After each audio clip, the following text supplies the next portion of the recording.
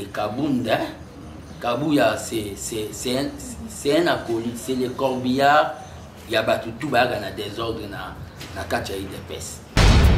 Donc, il est temps, Bozong en a raison, Boyaka UDPS pour un individu, les hommes passeront comme bateau na Tangi Baleka, Batiseke di Baleka, Joseph Ngalula Baleka, Fati passera, Kabunde passé. Il va passer. Comme le Christ disait tantôt, c'est lui qui m'a vu le Père. Fatih va passer, il est venu comme membre simple à l'UDPS. Naza, Nao Babengi, et Sengo, il y a Ozala, devant ma compagnon, il y a Victoire, il y a Lelo, c'est-à-dire la presse en ligne. Tout le monde le sait que nous étions très étouffés. N'a pas pouvoir et les cas depuis Mobutu, Musée et les types Kabila, Monsieur Kabila. Donc tout ça qui est tout fait dans la communication, mais c'est grâce à l'internet, surtout la presse en ligne, des bichos UDPS ou tout ça radio, la voie de communication, pour arriver à qui copier sa message dans biso. Donc, la presse en ligne, besoin beaucoup de handicap, dans la manifestation, la biso est pacifique, mais brutalisée par le pouvoir. Il y a des dictateurs, Baleka, perdre peu matériel. Donc, c'est inoubliable dans l'histoire de la démocratie à Congo. Et fils Mukoko, Boyambi Lelo, est façonné par la presse en ligne. Donc, je vous remercie. Merci beaucoup. C'était là juste un bémol avec Fils Mukoko. Merci pour cette narration. Nous allons passer directement à ce qui concerne notre première question. Est-ce que Fils Mukoko est-il marié, père des enfants? Bon, Fils Mukoko n'est pas marié. Pour l'air tozolité, Kolinga chéri, a monora e ba obomona mamboyi de peswana. Ezaïla se fait moi et na olingo na sans été et ba na olia sans été wa sans été parlement debout. C'était un peu difficile, il y a aussi la vie moi amoureuse. Fils Mukoko nazana fiancé, dans un avenir proche Kalaté. Officialiser en haut quoi. Officialiser en haut. Et là, je tiens aussi à profiter pour signaler na Fati Béton Abou Sanaté un jour nous allons naïe na opposition à promettant na moisi à Obalila. Donc Fati n'a promettant en opposition. Donc, j'ai déjà trouvé Moutoyo à Koyoko sponsor. Donc, j'ai déjà trouvé moi sur Okoka, que j'ai comme leader. Quand na ABT? Non, na ABTT.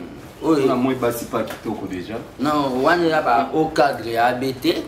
Mais moi tout si. peut arriver. Moi, non, au cadre, je vais représenter ceux qui ont ligné. Na sinamoni moi si Okoka. Que se comporter, neti maman Martha se comporta qui pembeni ya Tshisekedi, neti maman Denise Piazo se comporter pembeni ya Fachi. Merci beaucoup. Fils Mukoko n'est pas marié, mais au moins Azana fiancé naé. Donc d'ici là parce que c'est un homme public. À cacher peut-être vérité à fiancé naé. Il a demandé aussi à son excellence, Monsieur le Président de la République, que j'aime beaucoup, que je salue, à tout seigneur, à tout honneur. N'a dit que tu es un homme de parole comme tu as promis autrefois Fils Mukoko son cas fiancé, il avait promis. Je crois que a réalisé en haut. Fils Mukoko, tokemba moko na vif ya sujet na biso parce que tu as parlé de Fati Béton. Au moins éclairer pe opinion publique et l'Obama moi mingi. Que Fils Mukoko Fati attenda 5 véhicules. Apesio aebisio pona bati ba jeep na bani yozu de ketch pour tsango na nzeli sala ba transport. Ils ont qu'à rumeur ou bien les lots confirmé dans la population oui c'est vrai Fatia pesa mutuka.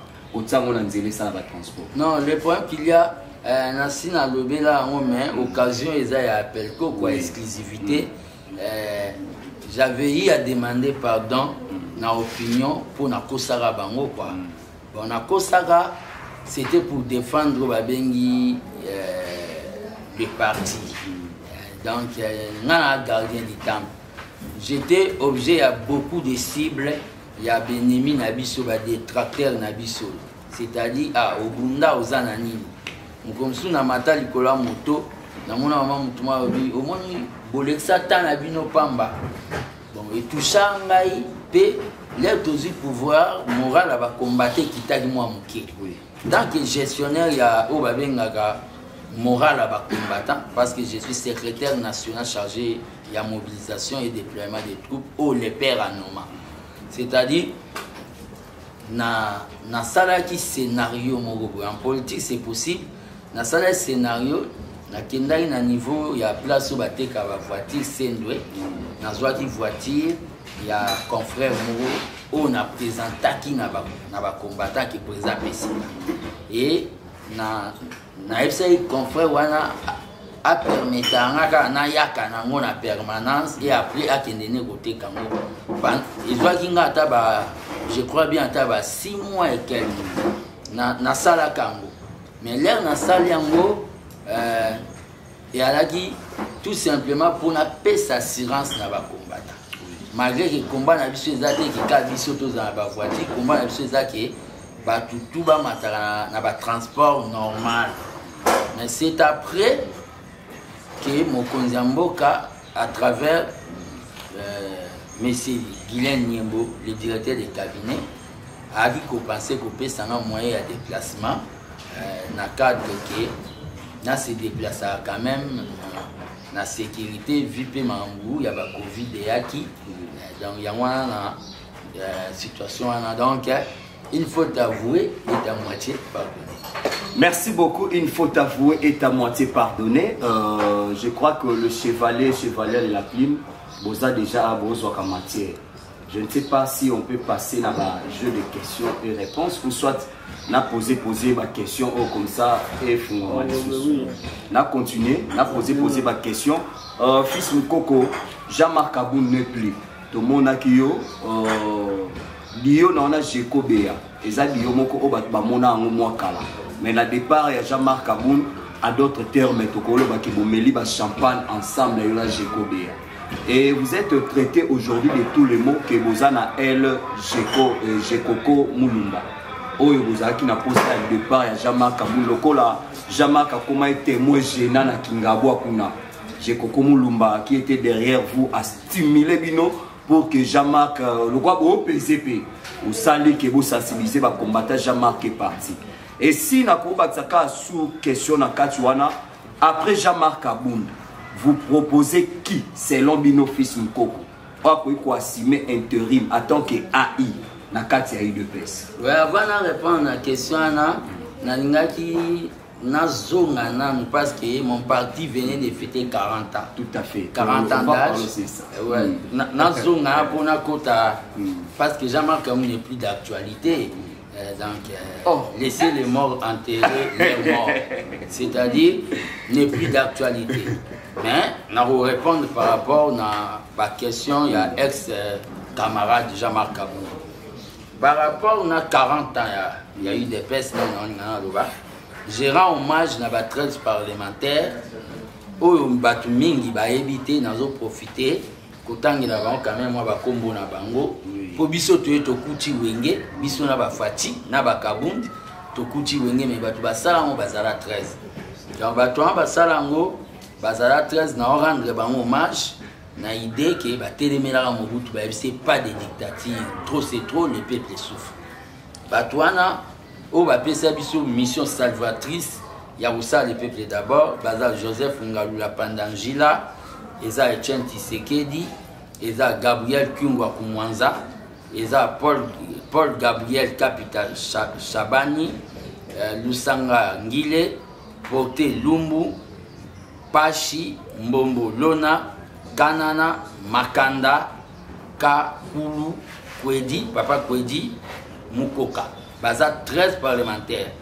Bao baza vivant, baza Charles Ndia Onken Mbel, Biringa Nine, François Lusangangele, Porté Lumbu et Paul Gabriel.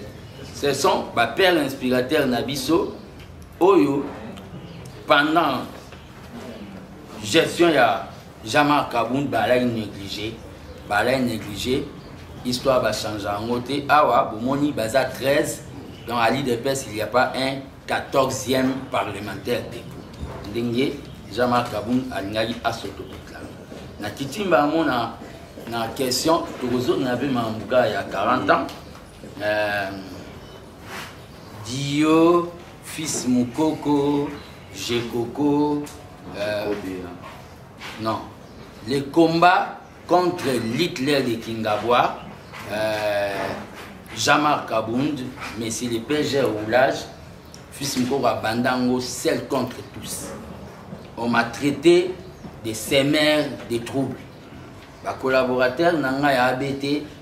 Interdisa bango kokota même na ba matinée politique idem nangai ba journaliste oyo ba accompagnera nga pona s'exprimer ba pekisa bango pe kokota même na ba matinée politique ba tombara pe ba victime, c'est-à-dire parce qu'il y a eu une dictature na katia parti pendant le régime il y a ex camarade Jean-Marc Kabound.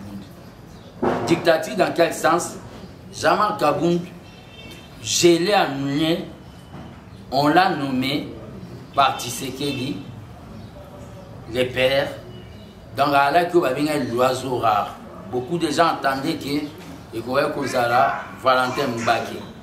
Mais quand on a nommé Jean-Marc Kabound, comme Ali Depes, habitude, moi, ceux qui vont nommer mon secrétaire général, la habitude, il y a Kovanda na kiti kolingate kolonga.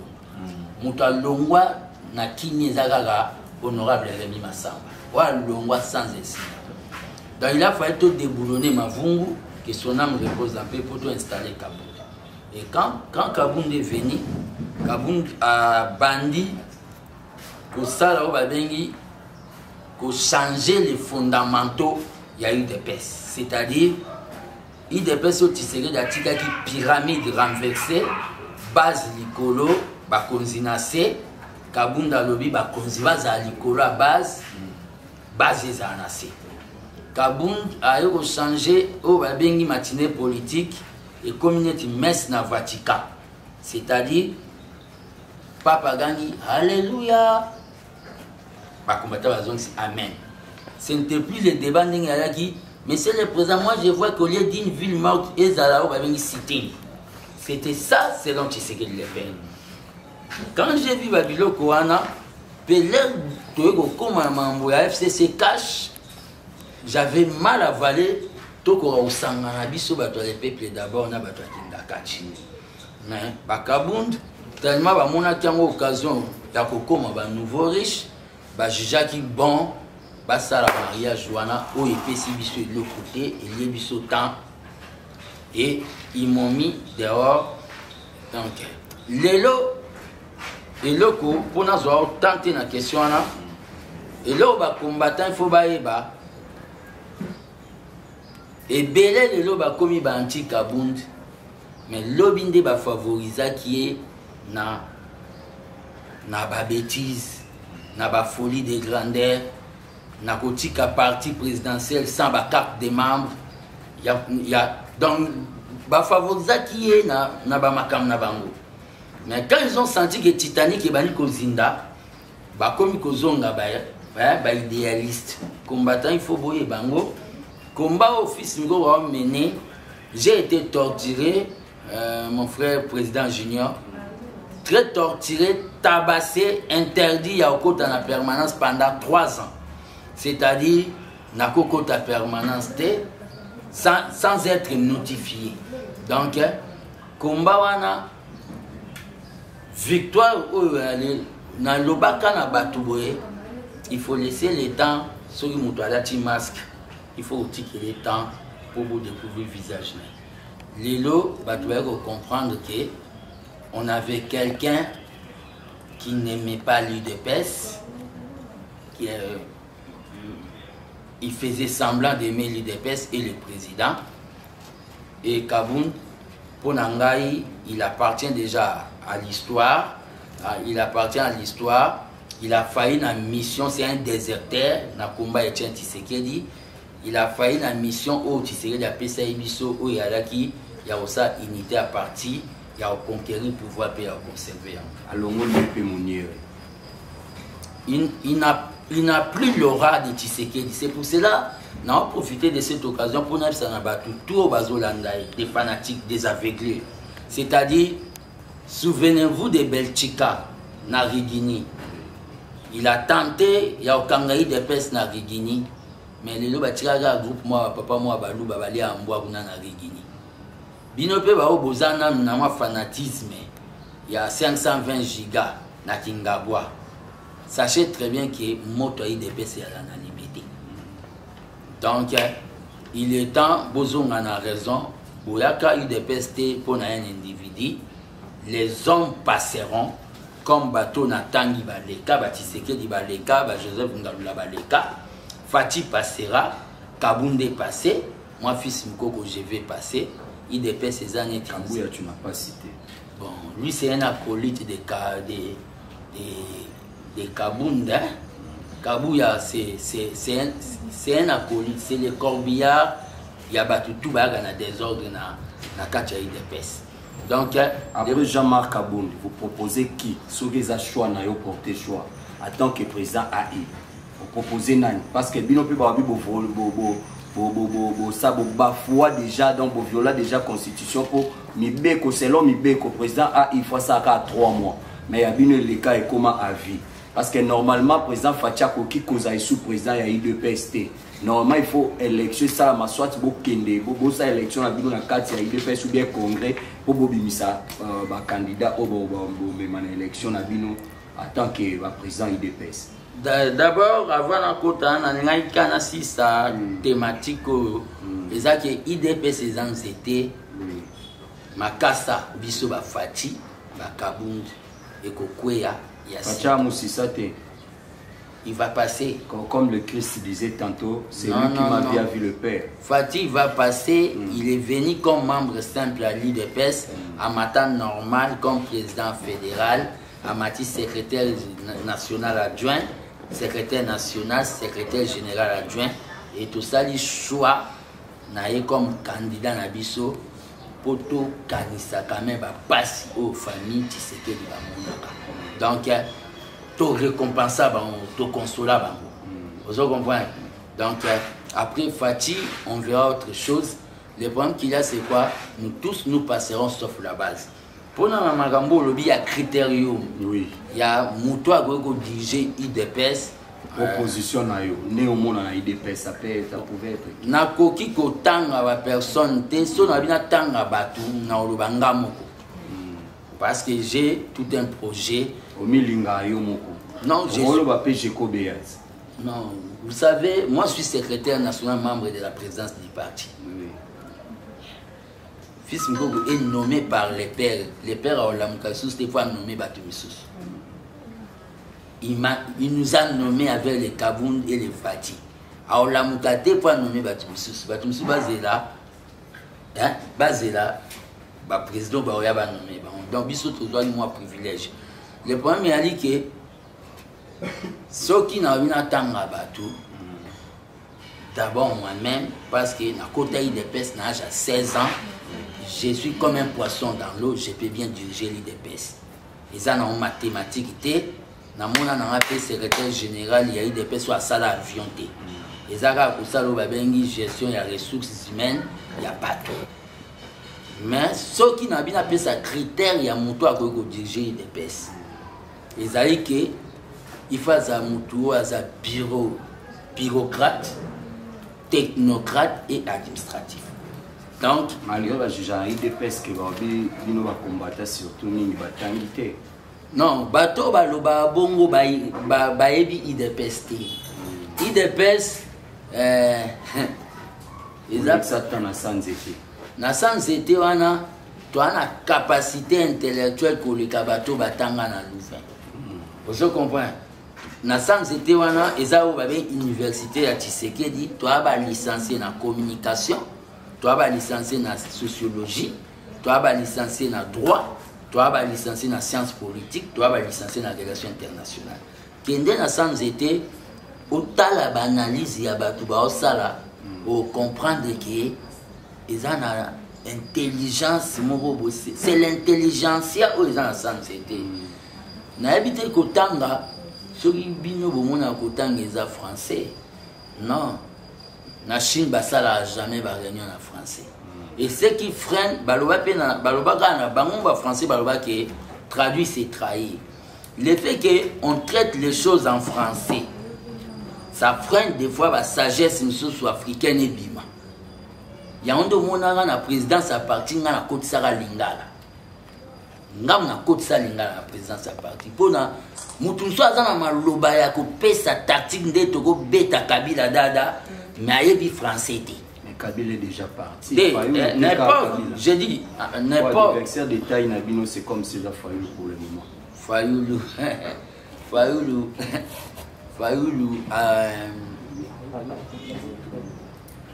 aza adversaire na biso te non plus Moïse Moïse Koutou des gens qui n'ont pas côté qu'on a déjà non le problème qu'il y a c'est quoi par rapport à Moïse c'est lui qui est avec le président est avec moi c'est lui qui est avec Mbembe est avec le président si l'autre était comme Moïse qui est avec le président il est dans l'union sacrée ça va communicateur que Moïse a dit qu'on disait et les airs même à parler ça et pas ça on a solo le problème qu'il y a c'est quoi est-ce que Moïse a ça le cas lobby qui a l'union sacrée est-ce que l'union sacrée toujours interdit Batou liberté d'évoluer est-ce que fils Mkoko ça ne t'est pas arrivé au vivre dans moi si mon boya ni sanko lobanae bon le point c'est pareil ce qui s'est fait bon le point qu'il y a laissons les temps au temps laissons les temps au temps Babi yo Moïse na Fifi Masuka ne touchez pas à fils Mkoko je ne connais pas Fifi Masuka on a détesté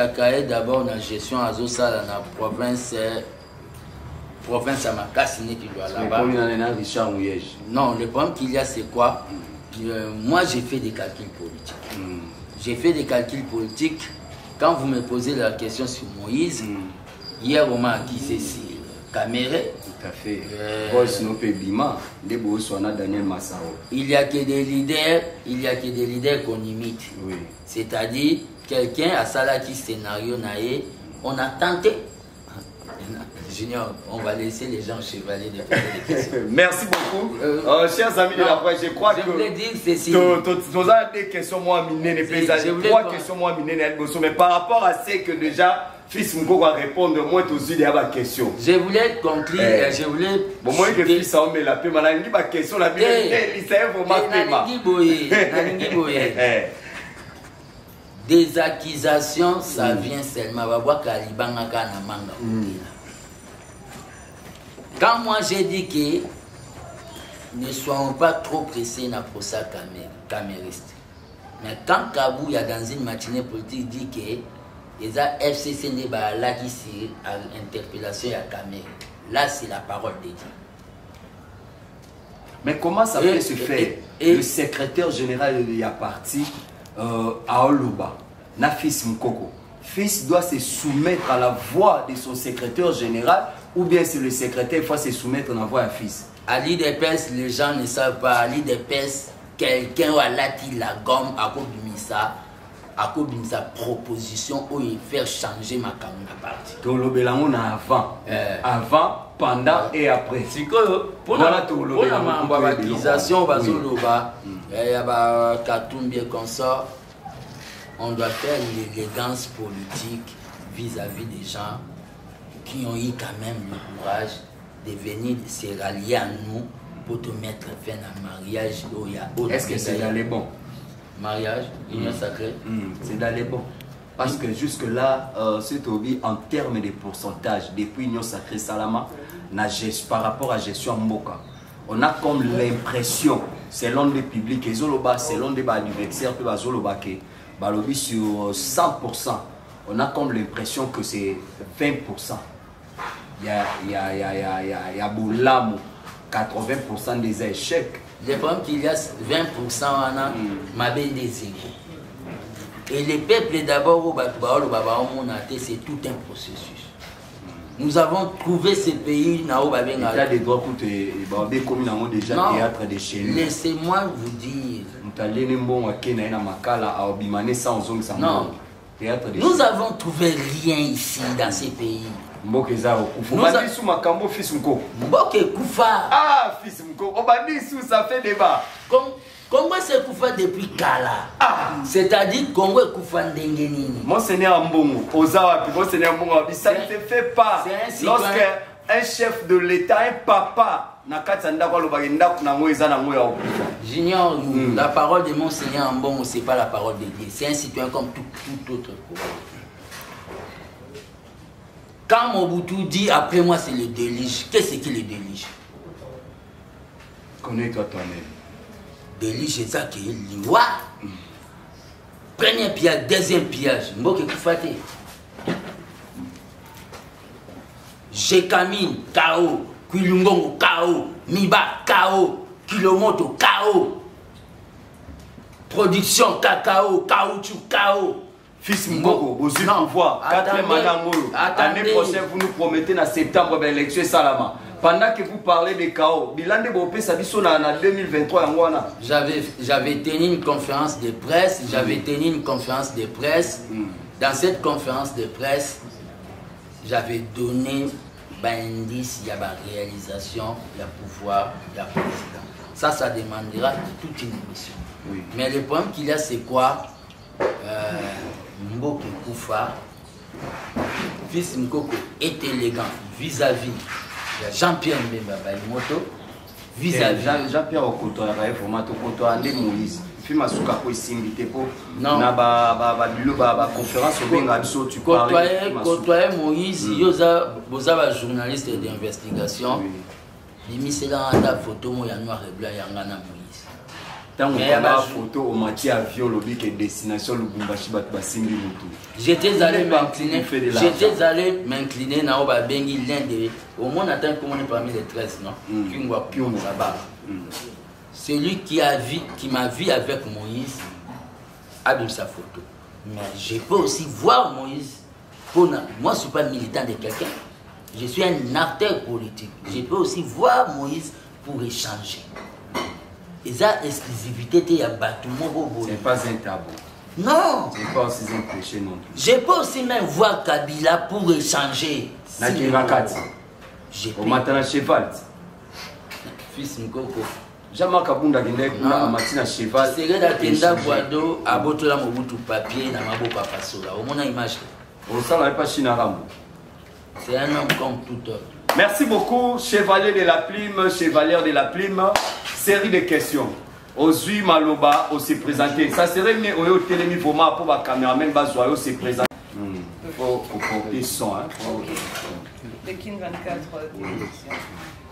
Monsieur Fils Moukoko, Robi n'a vu sur les lots que Jean-Marc Cabo d'études d'actualité. Mais l'obit Tolandi n'a pas mis un avis sur Nyonso. C'est seulement le nom de Jean-Marc Cabo des Alliés cité. Suite, il y a réaction, il y a chef de l'État, 2 heures par rapport, il y a Joël Afrique. Chef de l'État a aussi construire dans M. Mbosso pour na Babinisaka Bondi à qui est soigné à l'étranger. Réaction en tant qu'acteur politique ou à la question à Liboso. Il y a mis le lobby parmi les raisons et salariés que Bappé qui s'est au côté sous la limité pendant la base pendant plusieurs années, 3 ans, de mon lobby wana. Au lobby pour télémela qui makamboya accord il y a bisona kingakati. Accord il y a voilà les lobbies sont au limite yeba. Selon certaines sources pour tous les journalistes d'investigation. Certaines sources ont signalé que l'élection est pour la rater. Tous ceux qui ont accord. Accord au Salawani, au Sénat, et au Pesalissus, par rapport à Yawana, fils Moko merci. D'accord, d'abord, pour que le chef de l'État a instruit que Kabound Abima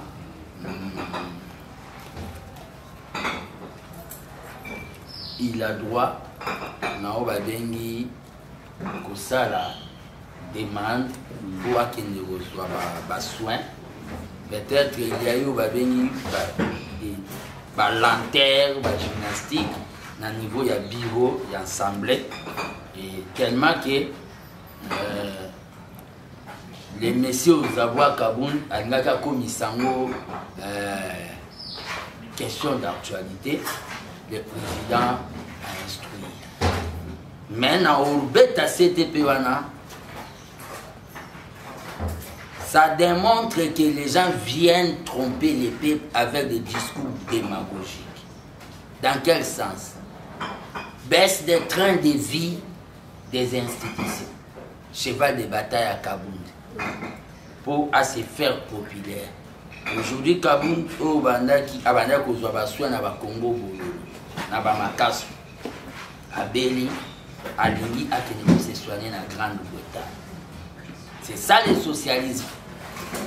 Personnellement, les jours que moi je serai président, quand je dis ça, c'est ton problème. Moi je rêve être président. Parce que comment président, il y a chocolat, il y a rouge canetinga. Le jour que moi je serai président, il n'y aura plus question qu'on se soigner Libanda. Pour tout ça, les fois ça démontre que quand vous voyez les hommes politiques africains et congolais qui se soigner Libanda, ça démontre que le Congo n'est pas encore indépendant. On dit indépendance, indépendance. On n'arrive pas à ça là. Les gens qui sont ici n'ont pas droit à la vie. Bazan a droit à soin à propriété. Donc le point qu'il y a, le président a instruit à Kende qu'on se faire soigner, à Kende que ça la planification diabolique derrière sa tête parce qu'il n'est pas malade. Ça, il faut naïf Sabino, il n'est pas malade. Il veut se rallier na benemi soit Congo au boyebi na momo bazali banda au ba planifier qui coup d'état manqué. Deuxième question, par rapport que l'élection Gozalato et Gozalate, il y a une éventuelle coalition au Yokoya. Laissons le temps au temps. Tout attend, rien ne prouve que Kadimazo travaille.